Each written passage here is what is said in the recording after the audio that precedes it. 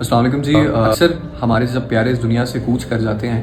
تو ان کی محبت میں ہم کچھ ایسے عمل کر جاتے ہیں اور جو بہت کامن ہو چکے ہیں جس کے بارے میں رسول اللہ صلی اللہ علیہ وآلہ وسلم نے ہمیں منع فرمایا. جیسے کہ صحیح مسلم کی ایک حدیث ہے جس میں رسول اللہ صلی اللہ علیہ وآلہ وسلم نے فرمایا کہ قبروں کو پختہ کرنا یعنی پکی قبر بنانے اور اس پر بیٹھنے اور اس پر عمارت بنانے سے منع فرمائے. لیکن اکثر ہم قبرستان میں دیکھتے ہیں اپنے پیاروں کی محبت میں لوگ کیا کرتے ہیں کہ ان کی قبر خراب نہ ہو یا ڈسٹرب نہ ہو تو ان کی قبروں کو پلسٹر کرا دیا جاتا ہے. حالانکہ نبی صلی اللہ علیہ وآلہ وسلم نے سختی سے منع فرمایا. ہم کہتے ہیں کہ ہم نبی صلی اللہ علیہ وآلہ وسلم سے ساری امت بہت محبت کرتی ہے اپنی جان سے بڑھ کر, لیکن جب عملی طور پر اس محبت کو ظاہر کرنے کا ہمیں موقع ملتا ہے تو ہم پیچھے ہٹ جاتے ہیں. اس میں صحیح مسلم میں 2248 میں نبی صلی اللہ علیہ وآلہ وسلم نے فرمایا ہے کہ تم میں سے کوئی انگارے پر اس طرح بیٹھ جائے